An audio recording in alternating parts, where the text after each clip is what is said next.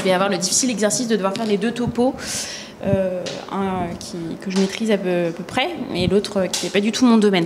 Donc je vais commencer par le mien, parce que ça m'est plus facile. Je vais vous parler de l'impact des bêta-bloquants dans la cardiopathie amyloïde.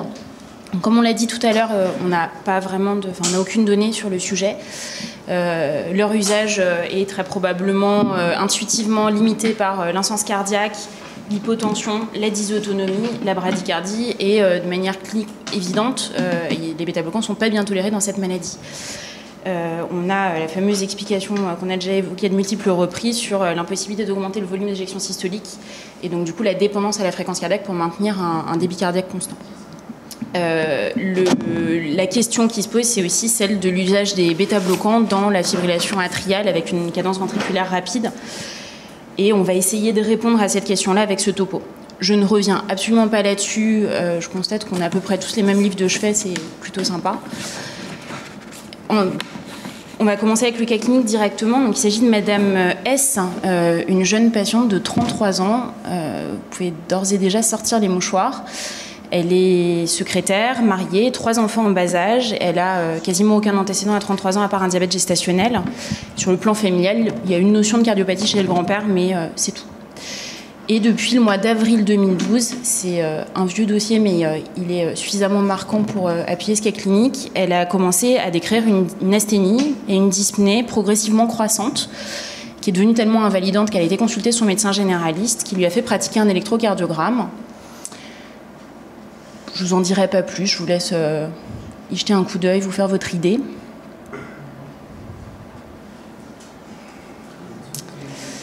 Et donc, devant quelques anomalies et des difficultés d'interprétation de cet électrocardiogramme, son médecin généraliste l'adresse voir un cardiologue qui constate un tableau d'insuffisance cardiaque globale avec à l'écho une CMH symétrique, non obstructive.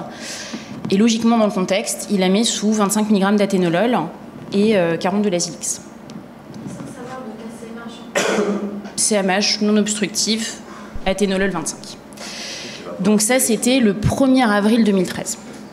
Le lendemain, elle consulte aux urgences. Elle consulte aux urgences parce qu'elle a fait une syncope. Son examen clinique est normal. Elle n'a pas grand-chose à part une hypotension artérielle. Et donc, elle est surveillée à l'USIC pendant 24 heures pour l'enregistrement télémétré, sur lequel on ne retrouve pas grand-chose. Et donc, il la laisse sortir en ayant baissé l'athénolol à 12,5.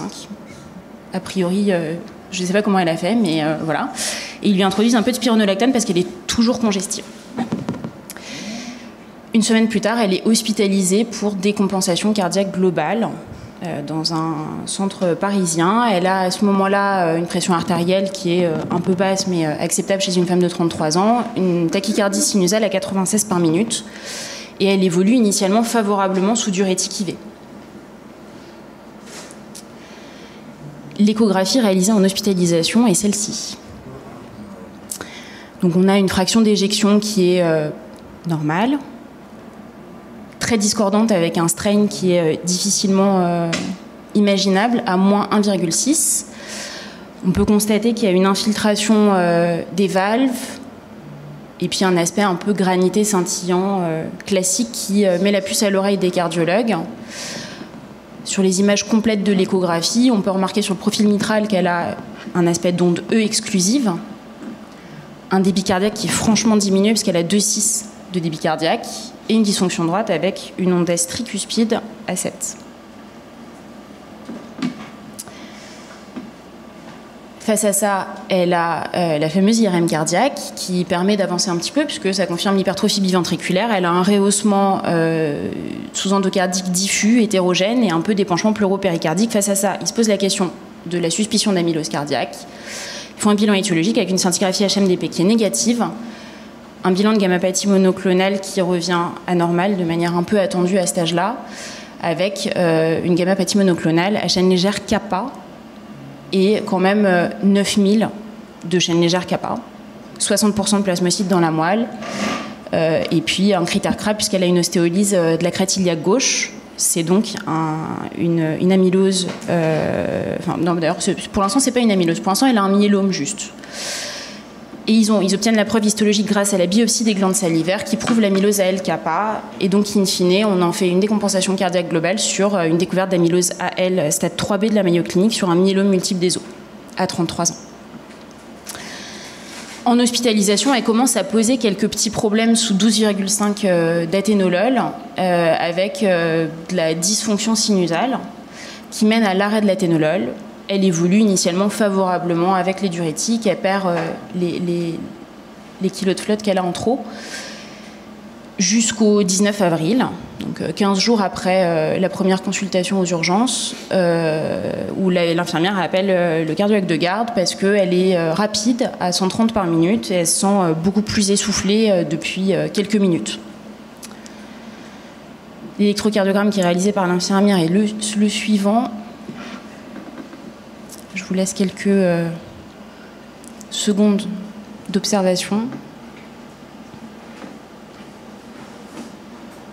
Ça a fait débat pendant 20 minutes tout à l'heure, donc je vous laisse le temps. Et donc ma question est, dans ce contexte-là, le 19 avril 2013, dans un CHU parisien, après avoir débuté les traitements anticoagulants devant cette arythmie, quel traitement proposez-vous pour améliorer l'état clinique de la patiente? Est-ce que vous introduisez un peu de bêta-bloquant, un peu de digoxine? Est-ce qu'on la cardioverse en urgence? Est-ce qu'on met des petites doses de cordarone pour essayer de ralentir la fréquence cardiaque? Son état clinique, elle est en OAP massif? Non, du tout. Elle est moins bien, elle est essoufflée, elle est polypnéique, elle crépite un peu, mais elle n'est pas... Non, pas du tout. Et elle n'est pas choquée, elle a une pression artérielle qui est... somme toute conservée, elle n'est pas marbrée, elle n'a pas de signe évident de défaillance respiratoire ou hémodynamique. On a le droit de mettre un numéro 5 dans ta liste? Tout à fait. Lequel serait-il? D'accord. Quelqu'un a l'idée d'un numéro 5? Est-ce que certains ont envie de mettre un peu de digo? Sur quelle raison?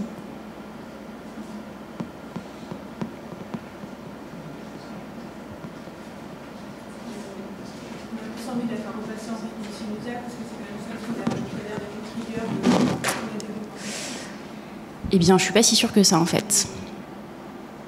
Pour le coup, alors je ne sais pas pourquoi je n'ai pas accès à l'écran, il va falloir que je remonte tout, mais pour le coup, là, chez cette patiente, je suis d'accord de manière générale dans l'amylose que les maintenir en rythme sinusal, c'est fondamental, mais elle, quand on regarde avec attention son écho, elle n'a pas d'onde A. Donc récupérer sa systole atriale, là, maintenant, tout de suite, je ne suis pas sûre.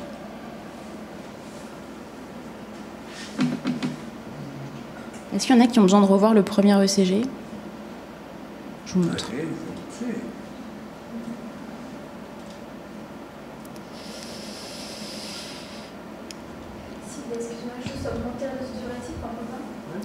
On peut augmenter la dose de diurétique, ouais.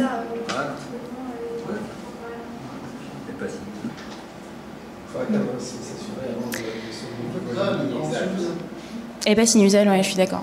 Je pense qu'elle était déjà en tachycardie supraventriculaire sur cette ECG-là, qu'en fait elle accélère sa FA et que du coup c'est sur l'accélération de la FA et pas le passage en FA. Donc dans le contexte, la cardioversée chez une dame de 33 ans, on a vu que quand même de grandes chances qu'elle ait des caillots intracardiaques. Ça fait 1 an qu'elle a cette maladie qui évolue.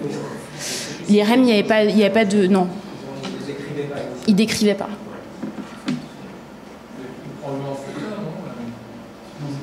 Bah, flotteur, TA, je ne sais pas très bien l'activité atriale sur aussi microvoltée.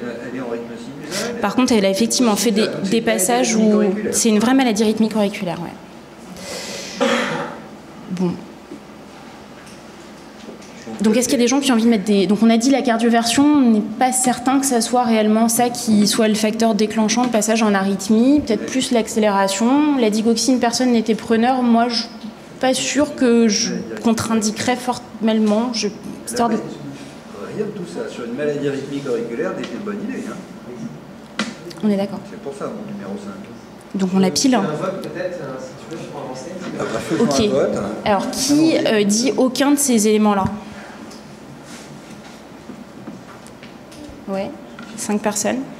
Qui dit un petit peu de bêta-bloquant? un peu de digoxine. Donc cardioversion en urgence, on a résolu le problème. Faible dose de cordarone pour ralentir la fréquence cardiaque. Moi, je suis d'accord, moi c'est ce que j'avais mis initialement. Bon, je reviens pas là-dessus sur l'éventuelle toxicité pas réellement prouvée, plus intuitive qu'autre chose, la digoxine. Effectivement, il y a la maladie rythmique de l'oreillette derrière. La cardioversion en urgence, risque de thrombie intracardiaque, on a déjà évoqué tout ça, on ne va pas revenir là-dessus. Je pense qu'un petit peu de cordarone pour l'imprégner, c'est de ralentir un peu la fréquence cardiaque tout en la surveillant. Et puis, je pense qu'il va falloir la piler, effectivement. Cette patiente, vu les troubles conductifs qu'elle a fait, ça me semblait être la bonne réponse aussi. Après, la cinquième option aurait pu être... D'après ce que tu m'as dit, les Kleenex et tout, donc on va y venir. Bon, du coup, bon. C'est pas ce qui a été fait. D'accord. Ils ont décidé de mettre un peu de bêta-bloquant.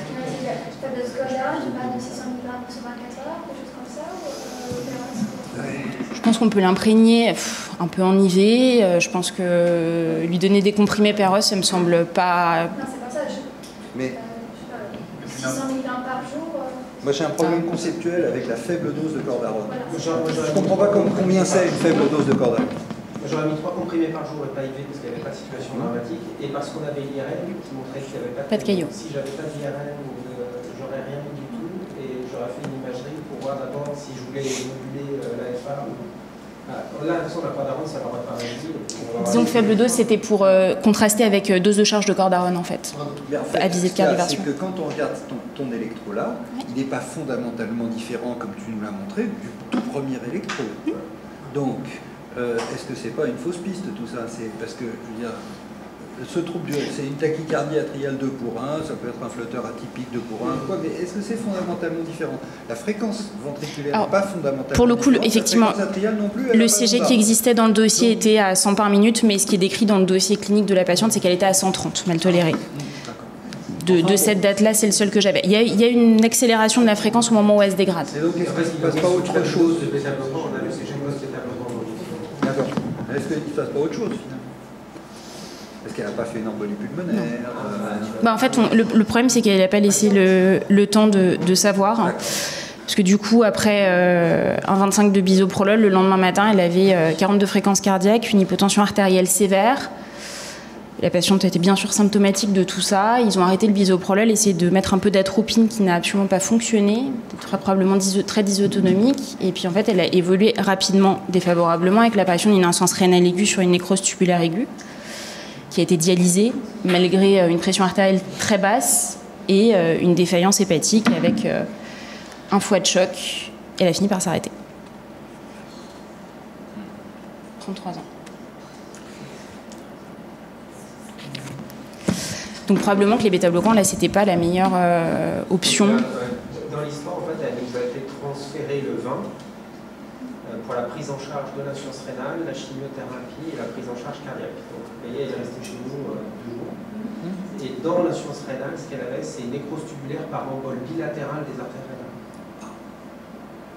Donc, quand les caillots, ils avaient fait l'IRM, il n'y avait pas de caillots. Elle a fait la FA. C'était vraiment catastrophique. Donc il n'y avait pas de bonne solution. Mais c'est pas le cas, c'est magnifique.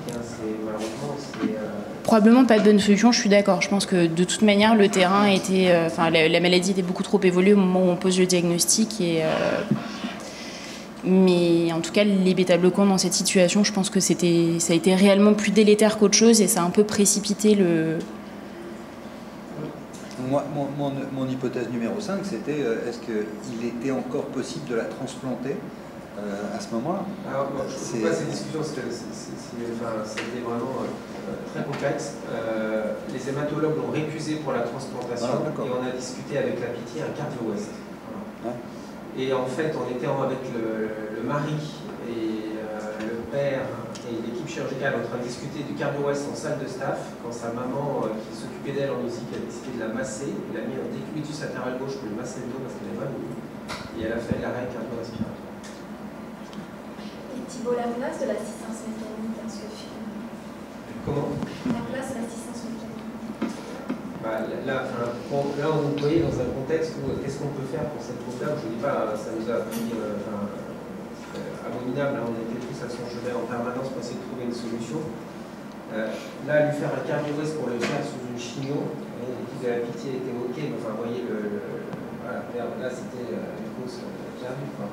Et l'assistance gauche, généralement les PG d'amylose sont tellement hypertrophiques, tu ne peux pas mettre de canule pour sucer le sang dans le ventricule gauche parce que tu n'as pas de cavité.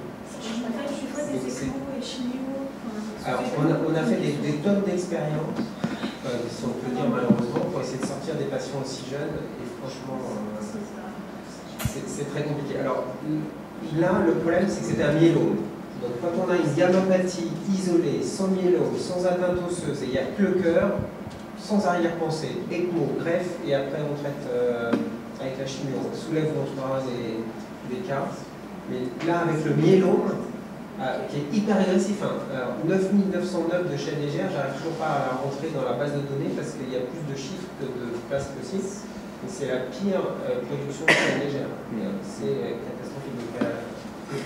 Là, c'était dépassé, mais ce que montre la mauvaise expérience de cette patiente, c'est que dès qu'on voit une CMH en champ cardiologue, on dit CMH charcotérique. Elle a 33 ans, CMH charcotérique. Voilà. Bêta-bloquant. Et non obstructive. Et le premier réflexe aurait été CMH essoufflé, gammapathie, je recherche la gammapathie, parce qu'on voit ça aussi dans des centres experts. Le premier réflexe, il dégaine, NGS, cardiomyopathie. 1 an et demi après, vous avez le résultat. Elle n'avait pas d'hypertrophie ventriculaire gauche hein, sur le premier électro, elle avait microvoltage. Non, mais elle avait l'écho. Ah oui, en plus, elle n'a pas d'HVG électrique, elle a une écho qui dit CMH sans HVG électrique. Voilà. Et puis vous avez vu l'alerte, quoi.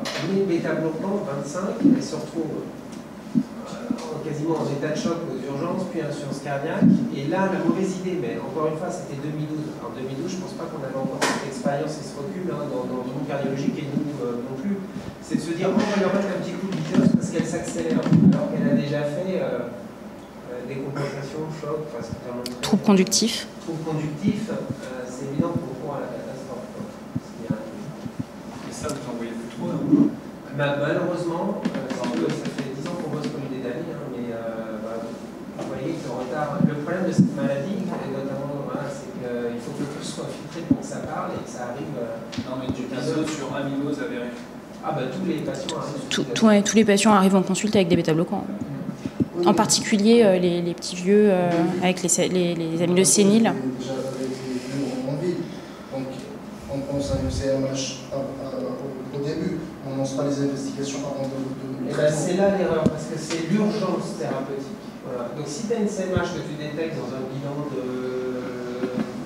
professionnel, bilan, pas de problème. Et si tu détectes une CMH chez quelqu'un qui est essoufflé, le premier diagnostic à évoquer en urgence, c'est l'amylose. Ouais. Je veux dire, il n'y a pas. Enfin, oui, parce que c'est le plus urgent à traiter, c'est l'urgence thérapeutique. Les autres peuvent attendre. Alors, nous, on a le bien, maintenant, on voit beaucoup de patients avec des situations comme ça. Mais si on veut servir les patients, c'est pas de dire je l'envoie dans un centre, on va faire du NGS, ou je suis dans un centre, je fais un NGS. Le premier truc à décliner, essouffler. Je regarde le NT-proBNP, elle devait déjà avoir 5000 ou 6000, ça ne colle pas quoi. Avec ton écho, tu fais le strain, tu vois tout de suite. Donc la première chose à prescrire, c'est la gammapathie. 12 000 le NT-proBNP. Initialement, c'est ça, elle avait 12 000 au cardiologue. Ici, elle avait fait le strain, le CG, vous avez tout. En plus, elle était en 2012, hein, donc voilà, en 2012. S'il n'y avait pas de radio qui aurait peut-être fait penser à une CMH, il n'y avait pas de radio. Pas de radio,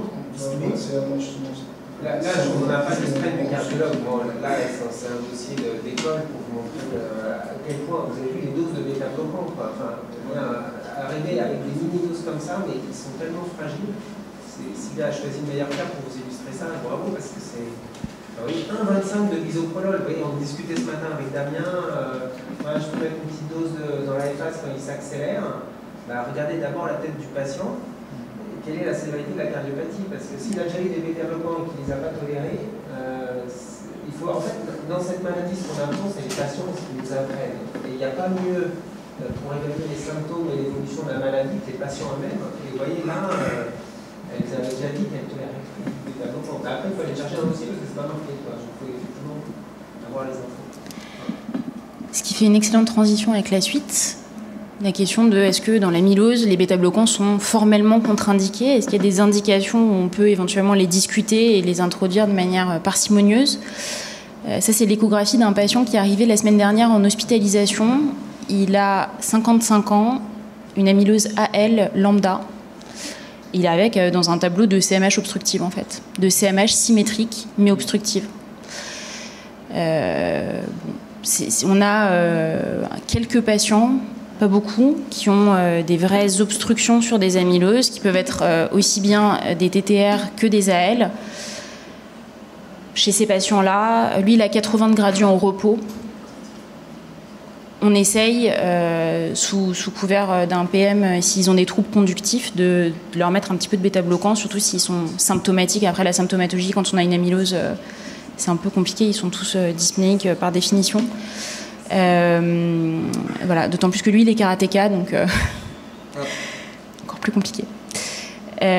Donc lui, il a un BAV1 sur le CG, donc on va le piler et lui introduire probablement un peu de bêta-bloquant après, une fois qu'il sera stable, à distance de toute décompensation cardiaque. C'est clairement pas l'obstruction qui le gêne actuellement, mais je pense que dans son suivi, à un moment donné, on essaiera d'introduire des petites doses de bisoprolol. L'autre exemple, autant je suis d'accord avec Thibaut, je ne retiens pas du tout la tachycardie sinusale de l'amylose, quelle qu'elle soit. Je pense qu'elle est adaptative et que la tachycardie sinusale, elle est rarement cardiologique en fait. C'est pas un problème de rythme, on va dire. Donc, j'aurais pas tendance à introduire des bêta-bloquants sur une amylose qui a 110 de fréquence cardiaque en tachycardie sinusale. Par contre, on a cette patiente de 64 ans qu'on a greffée l'année dernière au final, mais qui a passé quasiment 6 mois sur liste d'attente de greffe avec 1,25 de bisoprolol parce qu'effectivement, elle était en FA permanente. Impossible à cardioverser parce qu'elle avait un thrombus dans l'auricule qui s'est jamais dissous et elle n'aimait pas du tout être à 130 de fréquence cardiaque en FA, elle était beaucoup mieux à 110. Les bêta-bloquants introduits progressivement, introduits à des toutes petites doses, 1,25 à distance de tout épisode de décompensation cardiaque, ont été plutôt bien tolérés chez cette patiente et bien sûr en hospitalisation. Donc, in fine, le traitement étant bien contrôlé, on a continué comme ça. Mais c'est effectivement probablement des patients à bien sélectionner. Une petite question sur l'amylose obstructive. Vous observez du coup après le traitement de l'amylose, l'obstruction peut se lever peut-être sur les AL. Mais non, éventuellement, les réponses d'organes, en gros, il y a un tiers des patients qui répondent pas, un tiers des patients qui s'aggravent, un tiers des patients qui s'améliorent avec la chimiothérapie, donc c'est imprévisible. Mais pour le coup, j'ai pas en tête un patient qui a. Ouais. Surtout que la réponse d'organes, on l'aura probablement bien après les 6 à 9 mois de traitement par chimio, donc.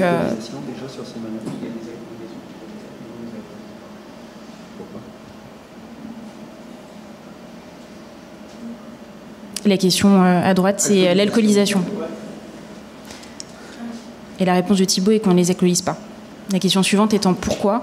Et la réponse suivante? Non, mais la réponse pourquoi on ne les alcoolise pas, parce que d'abord, on n'a pas beaucoup de patients en backup. C'est vrai qu'on est plutôt craintif et qu'on n'a pas envie de faire trop d'expérience vu qu'on apprend déjà beaucoup. Voilà.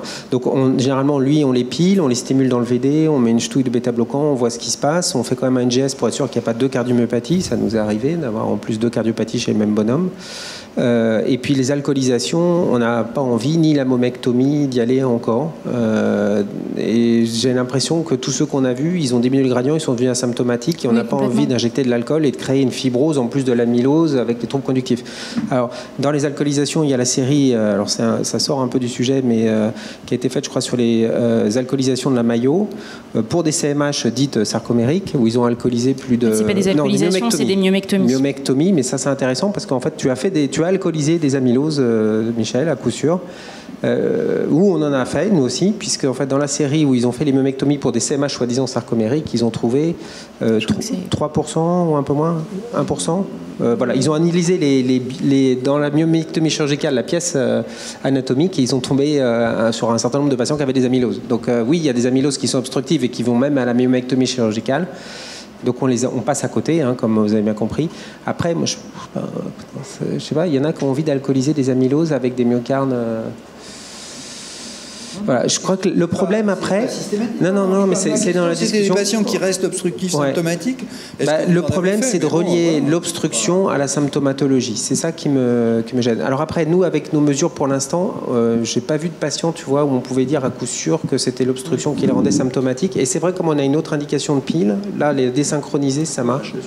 Mais on n'a pas assez de patients. Mais je sais pas, dans la cohorte, on a quoi, une dizaine comme ça? Oui, c'est ça, une dizaine. Ouais. Mais aussi bien wild type, sénile qu'héréditaire. Hein. Et il y a un problème aussi avec la volémie. C'est-à-dire quand ils sont trop secs, ils augmentent tout ça. Et donc pour conclure et pour passer au sujet suivant, les bêta-bloquants très certainement pas efficaces, mais très probablement délétères. Rechercher systématiquement les troubles conductifs et pas les introduire si, de manière évidente, il y a eu quelques jours auparavant des troubles conductifs aigus. Et des indications à discuter au cas par cas pour des patients bien sélectionnés, dans des indications bien sélectionnées comme l'amylose obstructive. Je pense que pour le coup, c'est tellement rare que je pense que ça vaut le coup d'en discuter de manière collégiale et de la FA rapide en alternative à une ablation de nœud avec le PACE-BIV, qui peut être l'autre solution, mais chez certains patients qui sont peut-être un peu moins fragiles que d'autres, avec un débit cardiaque peut-être un peu meilleur, un peu plus conservé, éventuellement à discuter, même si je ne pense pas que ça soit l'option de choix. Mais parfois, ça passe. Je vous remercie.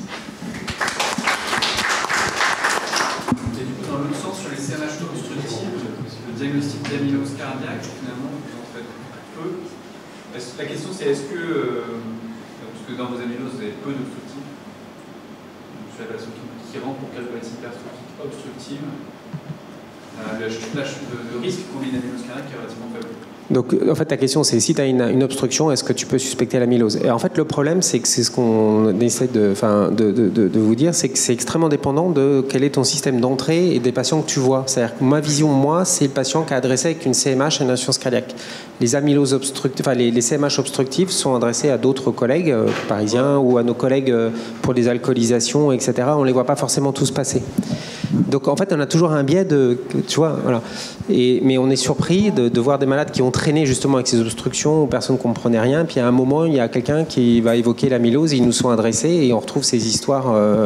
Voilà. Donc je suis sûr dans la cohorte, il faudrait que je regarde, mais on en a qui ont été alcoolisés. Hein, de toute façon, comme le nombre de patients qui ont été opérés pour RAC maintenant, c'est les années auparavant. Hein. Sylvia, pour revenir sur tout à l'heure, tu sais, il y a eu la réflexion de se dire l'intérêt du retour en rythme sinusal, de s'y acharner sur les amyloses, et puis il y a eu cette discussion où tu as dit, là j'ai plus d'onde A sur mon profil mitral, il n'y a probablement pas d'intérêt. Est-ce que vous raisonnez là-dessus? On se rend compte quand même que cette patiente qui passe en FA fait du thrombus, donc probablement que la vidange de l'oreillette est probablement pas la même, et ça m'a étonné cette réflexion. Est-ce que toi, tu te dis, j'ai plus l'onde A, je fais pas forcément ce match de revenir en rythme sinusal? Est-ce que vous en tenez compte? Oui, non, comment? Moi, je suis pas sûre qu'on soit d'accord, Thibaut et moi, là-dessus, mais une amylose sénile à 80... j'ai vu hier en consultation un patient qui a 86 ans, une amylose sénile qui passe... le CG de consultation est en fait, alors il était sinusal 4 mois plus tôt en hospitalisation, mais il n'avait pas d'onde A, il a une fréquence cardiaque autour de 90 par minute. Sa symptomatologie s'est pas aggravée. Honnêtement... ça fera partie des choses à discuter. Je pense que sur un patient qui a une amylose, qui passe en FA, il faut se poser la question de l'aggravation de la symptomatologie, principalement clinique, mais aussi bien échographique. Et puis après, je pense qu'effectivement, le fait de ne pas avoir d'activité mécanique atriale, pas de systole atriale sur l'échographie en rythme sinusal, laisse présager probablement un risque de récidive précoce, dans un premier temps, avec une oreillette qui est déjà très malade, et puis d'autre part, un bénéfice qui est pas forcément convaincant. Je crois que tu l'as dit, ça dépend beaucoup des symptômes du patient, quoi. Des fois, il te dit, depuis tel jour, telle heure, ça va pas. Donc, quand tu mesures une pile, tu les interroges. Ah oui, il est passé en FA à ce moment-là, il vient à ta consulte, il ne marche plus, quoi. Donc après, voilà, on a des patients des fois qui sont âgés, notamment dans les séniles, jusqu'où il faut aller dans les choses. Je crois qu'il faut vraiment s'adapter patient à patient et voir quelle est la symptomatologie du patient et retracer quand il est passé en FA, est-ce qu'il était franchement dégradé. Moi, j'ai plutôt envie de l'essayer au moins une fois, de le choquer, voir s'il est mieux après. Voilà. Mais après, c'est extrêmement dépendant du nombre de patients, des types de patients, et c'est ça le truc, c'est de raisonner patient à patient. Hein. C'est difficile de refaire un algorithme. Voilà. Mais déjà, si tu as, comme dit Sylvia, le symptôme où il s'est dégradé, et que tu mets en plus la FA, c'est clair que lui, il ne faut pas le rater. Et souvent, quand il se dégrade, c'est quand ils passent sur FA, ils sont vraiment pas bien. Et ce patient, peut-être hier, s'il avait une onde A sur son écho, s'il avait une onde A sur son écho préalable, tu l'indiquais un choc électrique? Je pense que je me serais posé un peu plus de questions. Okay. Après, là, il semblait asymptomatique. Je pense que j'aurais creusé en essayant de rapprocher une écho, en essayant de voir si les biomarqueurs s'étaient un peu plus élevés, comment il était sur le test de marche comparé à la référence. Là, pour le coup, ça m'a un peu rassurée sur le fait que j'allais pas chercher plus loin, quoi.